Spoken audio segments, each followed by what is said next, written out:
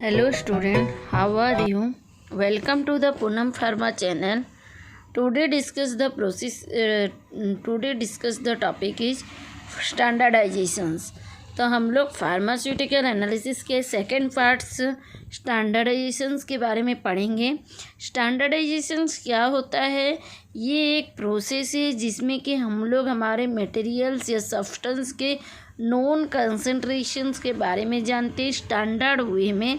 ठीक है, in a pharmaceutical analysis the word standard means a material containing a substances of our interest within a known concentration. ठीक है, when it is expressed within the definite number with a proper unit. तो स्टैंडर्डाइजेशंस को हम लोग कैसे express करेंगे? इसका कुछ एक नंबर होता है और उसके साथ कुछ प्रॉपर यूनिट होते हैं। फॉर एग्जांपल जैसे हम लोग ब्लड प्रेशर को mmHg में एक्सप्रेस करते हैं, ग्लूकोमीटर्स में ब्लड ग्लूकोज लेवल चेक करते हैं, कि हमारे जो सेंटीमीटर्स लेंथ को हम लोग सेंटीमीटर में, डेसीमीटर, हेक्सामीटर सब हमारे एक एक यूनिट है।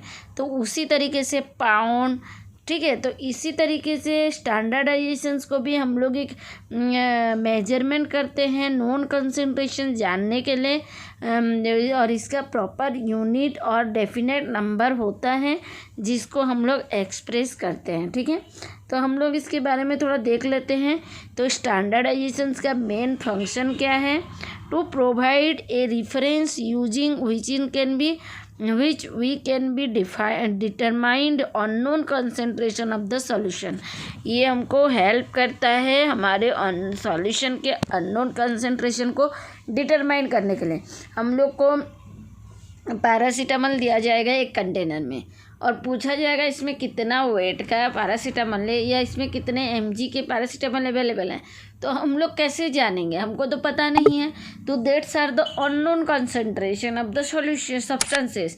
लेकिन जब हम लोग उसको डिटरमाइन करेंगे, मेजरमेंट करेंगे, तब हमें पता चलेगा उसमें कितना मेजर के कितना कंसंट्रेशन के प्रोडक्ट उसमें अवेलेबल है। ठीक है, तो that's are used for the determine of the unknown concentration of the solution to standardize the volumetric solution.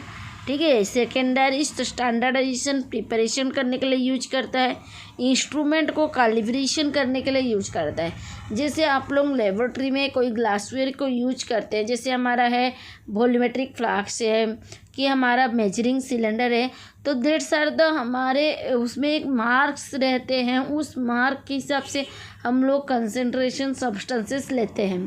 तो जो मार्क है that are the calibrated instrument, उसमें हम लोग को और मेजर करना नहीं पड़ता है, उसके मार्क्स उसके पॉइंट्स के हिसाब से हम लोग ले लेते हैं। ठीक है, तो उसको हम लोग कैलिब्रेटेड इंस्ट्रूमेंट बोलते हैं। तो हमारे स्टैंडर्डाइजेशन जो है ये मेनली दो टाइप्स के हैं, एक हुआ प्राइमरी और दूसरा है सेकेंडरी। तो प्राइमरी स्टैंडर्ड मतलब जो पहले हम लोग उसका मेजर करते हैं या पहले हम लोग उसके बारे में कुछ जानते हैं, सेकेंडरी उसके बाद वाला। ठीक है, तो प्राइमरी स्टैंडर्डाइजेशंस में क्या होते हैं?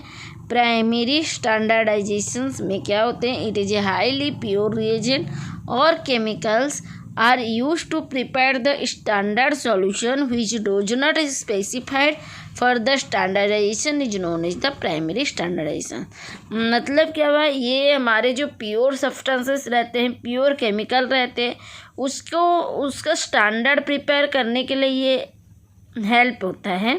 हमारे जैसे कि पैरासीटामोल प्योर फॉर्म में है, डाइक्लोफेनाक प्योर फॉर्म में डॉक्स हैं, हाइड्रोक्लोरिक एसिड प्योर फॉर्म में है। तो ये सब जो हैं इनका हम लोग को केमिकल या रिएजेंट्स के स्टैंडर्ड को प्रिपेयर करने के लिए ये यूज होते हैं primary standard solution which does not require to the standardization. इसके लिए कोई स्टैंडर्डाइजेशन की रिक्वायरमेंट नहीं होती है। ठीक है, that's are called the primary standardization. हम लोग जैसे कोई एक डाइल्यूट कंसंट्रेशन सॉल्यूशन बनाते हैं, फॉर एग्जांपल 7% हम लोग HCl बना रहे हैं, तो हम लोग क्या 7% HCl बना रहे हैं, तो 7% HCl में हम लोग को क्या होता है, 7 ml हम लोग HCl ले लेते हैं और उसमें 100 ml वाटर मिलाते हैं। ठीक है, तो जो ये 7 ml लिए इसका और थोड़ी हम लोग कोई स्टैंडर्डाइजेशन प्रिपेयर करके हम लोग लिए हैं। हम लोग कोई भी स्टैंडर्डाइजेशन प्रिपेयर नहीं किए, जो हमारा रिएजेंट था उसी में से हम लोग 7 ml लिए और उसमें 100 ml मिला के एक डाइल्यूट सॉल्यूशन प्रिपेयर किए हैं। तो that's are the pure reagent. उसको हम लोग को स्टैंडर्ड प्रिपरेशंस करने में हेल्प करता है, कोई एक कंसंट्रेशन रिएजेंट प्रिपेयर करने में हेल्प करता है। ठीक है, इसका कोई स्टैंडर्डाइजेशंस नहीं होते हैं। नेक्स्ट हम लोग देखते हैं कि हमारे जो प्राइमरी स्टैंडर्ड सॉल्यूशन हैं, प्राइमरी स्टैंडर्डाइजेशंस है, इसका प्रॉपर्टीज़ क्या है। ठीक है, तो हम लोग इसका प्रॉपर्टीज़ के बारे में थोड़ा देखेंगे कि इसमें मेनली क्या क्या हमारे प्रॉपर्टीज़ हैं जिसके बेसिस में हम लोग प्राइमरी स्टैंडर्डाइजेशन को समझेंगे। ठीक है, तो फर्स्ट है हमारा कि primary standard is a reagent which is very pure, generally represented as the number of the moles of a substances contained and easily weighed। ठीक है, तो प्राइमरी स्टैंडर्ड एक सब्सटेंस है, रिएजेंट्स है जो कि हमें बहुत प्योर फॉर्म में मिलते हैं। generally represent the number of the moles of a substance contains easy way। ठीक है, सेकेंड प्रॉपर्टीज क्या है, a primary standard is a reagent that stable, it's not a hydrate, has no water of hydrate, has a high molecular weight. तो primary standard एक reagent है जो कि stable होता है, इसमें कोई हाइड्रेटेड फॉर्म नहीं रहता है कि हम लोग वाटर के साथ हाइड्रेशन भी नहीं करते हैं, दैट्स आर प्योर फॉर्म, और उसका मोलिकुलर वेट भी बहुत ज़्यादा हाई रहता है। जैसे कि तुम लोग देखोगे अल्कोहल प्योर फॉर्म में कितना रहता है उसका मोलिकुलर वेट, और जो हमारे रिएजेंट अल्कोहल के कम्बिनेशंस में आते हैं उनका मोलिकुलर वेट कितना होता है। तो जो प्योर अल्कोहल है 99.99%, that's are the molecular weight is बहुत वेरी हाई। ठीक है, नेक्स्ट देखते हैं हम लोग कि primary standard are typically used for the titrations to determine an unknown concentration and it other analytical technique. तो प्राइमरी स्टैंडर्ड हमको मेनली टाइट्रेशन प्रोसेस में हेल्प करता है। हम लोग एनालिसिस प्रैक्टिकल में जब भी हम लोग टाइट्रेशंस करते हैं तो टाइट्रेशंस में हमें सारे प्राइमरी स्टैंडर्ड ड्रग्स यानी कि प्योर रिएजेंट्स की ज़रूरत पड़ती है। ठीक है, high level purity, low reactivity and high equivalent weight. तो इनकी स्टेबिलिटी बहुत ज़्यादा हाई है, प्योरिटी लेवल भी बहुत हाई है, एंड इसका वेट जो है इक्विवेलेंट वेट भी बहुत हाई होता है। Not hygroscopic, non toxic and inexpensive and readily available.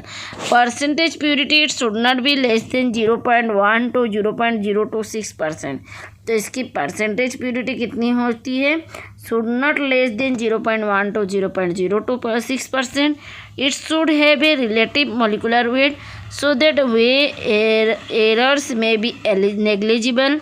ठीक है, ये इसका मोलिकुलर वेट भी बहुत ज़्यादा मतलब हाई रहता है, तो इसीलिए इसको वे करने लगे बहुत केयरफुली हमें वे करना पड़ता है, क्योंकि इसमें बहुत नेग्लिजिबल है एरर का होने का। तो हमको बहुत केयरफुली बहुत ध्यान दे के एरर वे करना पड़ेगा ताकि हमें एरर ना मिले। ठीक है, नेक्स्ट है the substance should be readily soluble under the condition in which it is employed. Substances should be readily soluble. हमारा जो कंडीशंस हैं हमारे रूम का टेम्परेचर के हिसाब से, या फिर उनके जो ड्रग्स के या रिएजेंट्स के या केमिकल्स के कंडीशन है उसके बेसिस में ये सब्सटेंस रेडिली सॉल्युबल होते हैं। ठीक है, the substance commonly employed as a primary standard are mentioned below. तो इनमें कौन कौन से मतलब हमारे प्राइमरी स्टैंडर्ड बेसिस में हमारे कौन कौन से सब्सटेंसेस आते हैं उनका कुछ एग्जांपल्स हैं। फर्स्ट एग्जांपल है कि हमारे एसिड बेस रिएक्शंस के बेसिस में सोडियम कार्बोनेट है, सोडियम टेट्राबोरेट है, पोटासियम हाइड्रोजन थालेट है, पोटासियम हाइड्रोजनेटेड है। ठीक है, तो ये सभी हमारे एसिड बेस के बेसिस में एग्जाम्पल्स हैं। कुछ कॉम्प्लेक्स रिएक्शंस के एग्जाम्पल है जैसे कि zinc, copper, magnesium, manganese, salt, ये सारे हमारे कॉम्प्लेक्सिंग रिएजेंट्स हैं। और कुछ हमारे प्रेसिपिटेटिंग रिएजेंट्स का एग्जाम्पल है जैसे कि silver nitrate, sodium chloride, potassium bromide etcetera. ठीक है, तो ये कॉम्प्लेक्सिंग एजेंट क्या है, प्रेसिपिटेटिंग एजेंट क्या है, एसिड बेस रिएजेंट क्या है, ये सब हम लोग आगे पढ़ेंगे। सिर्फ एग्जाम्पल्स आप लोग याद रखिए।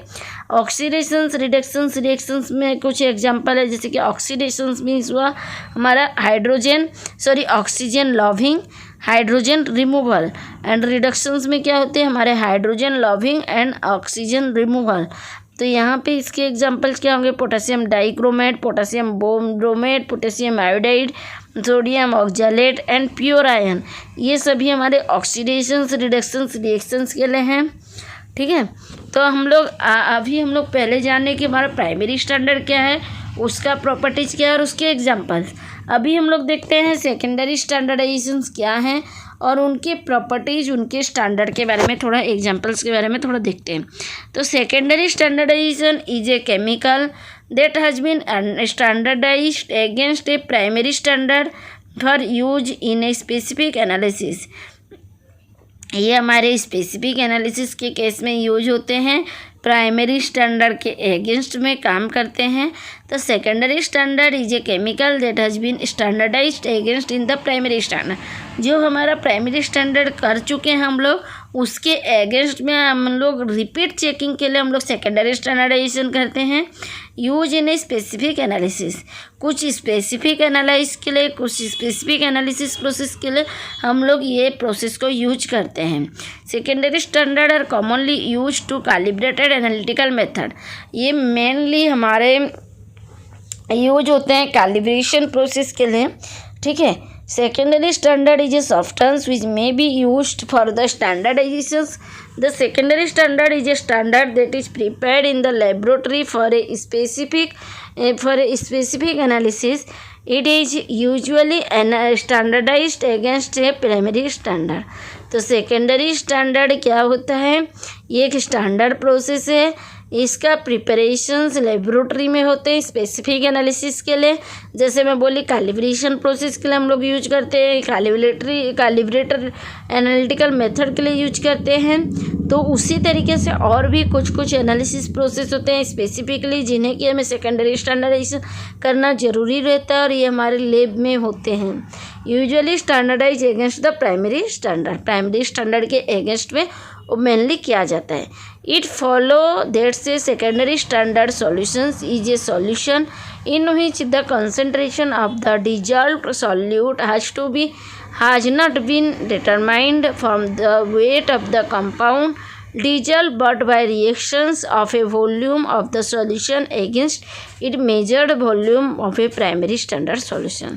तो इसमें क्या होता है सेकेंडरी स्टैंडर्ड सॉल्यूशंस में, in which the concentrations of a dissolved solute has not been determined from the weight of the compound dissolved by the reactions को डिजॉल्व करके उसके वेट के बारे में डिटरमाइन करके उसके बाद हम लोग उसका कंसंट्रेशंस को मेजर करते हैं और हमारा स्टैंडर्ड सॉल्यूशंस प्रिपेयर करते हैं। The volume of a standard solutions against A measured volume of A primary standard solution. जो हमारे प्राइमरी स्टैंडर्ड सॉल्यूशन है उसके अगेंस्ट में हम लोग वॉल्यूम को मेजर करके यूज करते हैं। सेकेंडरी स्टैंडर्ड सॉल्यूशंस का कुछ प्रॉपर्टीज है जैसे कि it has less purity than the primary standard, primary standard से लेस प्योरिटी है, less stable, less more reactivity than the primary standard but its solutions remains stable for the long time. ये हमारे primary standard से less purity है, कम purity है। Primary standard की अपेक्षा इसमें लेस स्टेबल मतलब बहुत ज़्यादा कम स्टेबल है, और ये प्राइमरी स्टैंडर्ड की अपेक्षा ज़्यादा रिएक्टिविटी है। और इसमें क्या होता है, इसका स्टेबल पावर जो है वो हमारा लॉन्ग टाइम तक ये प्रोडक्ट स्टेबल होकर रह सकता है। और ये मेनली यूज होते हैं titrated against the primary standard, primary standard के अगेंस्ट में टाइट्रेशन प्रोसेस करके इसका यूजेस होता है। तो हम लोग आज ये जान गए कि हमारा प्राइमरी स्टैंडर्ड्स क्या है, स्टैंडर्डाइजेशंस क्या है, उसका फंक्शंस क्या है। Primary standardisations are 2 types, primary and secondary. तो प्राइमरी स्टैंडर्ड हम किसे बोलते हैं, उसका प्रॉपर्टीज़ क्या है, उसका एग्जांपल्स क्या है। सेकेंडरी स्टैंडर्डाइजेशंस हम किसे बोलते हैं और उसका प्रॉपर्टीज़, उसका एग्जांपल्स क्या है। तो हम लोग इतना आज डिस्कशंस किए हैं। और इसके पहले वीडियो लेक्चर में मैं ऑलरेडी डिस्कस कर चुकी हूँ कि हमारे एनालिसिस क्या है, हम लोग एनालिसिस किस लिए पढ़ते हैं, हमारे फार्मेसी लाइन में एनालिसिस का यूज क्या है, उसका फंक्शंस क्या है, उसका स्कोप क्या है, उसके क्लासिफिकेशंस क्या है, इसके बारे में मैं डिस्कस कर चुकी हूँ। ठीक है, नेक्स्ट हम लोग देखेंगे कि हमारा जो फार्मास्यूटिकल एनालिसिस है उसमें कौन कौन से टेक्निक है, हम लोग किस तरीके से हमारे एनालिसिस प्रोसेस को कंप्लीट कर सकते हैं, कि कौन कौन से टेक्निक, कौन कौन से इंस्ट्रूमेंट यूज करेंगे। ठीक है, उन इंस्ट्रूमेंट सब किस तरीके से हमारे यूजेस में आएंगे, सभी के बारे में देखेंगे। Thank you for watching. अगर वीडियो अच्छा लगा है तो प्लीज़ लाइक, शेयर, सब्सक्राइब करिए ताकि मैं आपके लिए ज़्यादा से ज़्यादा वीडियो बना सकूँ। Thank you.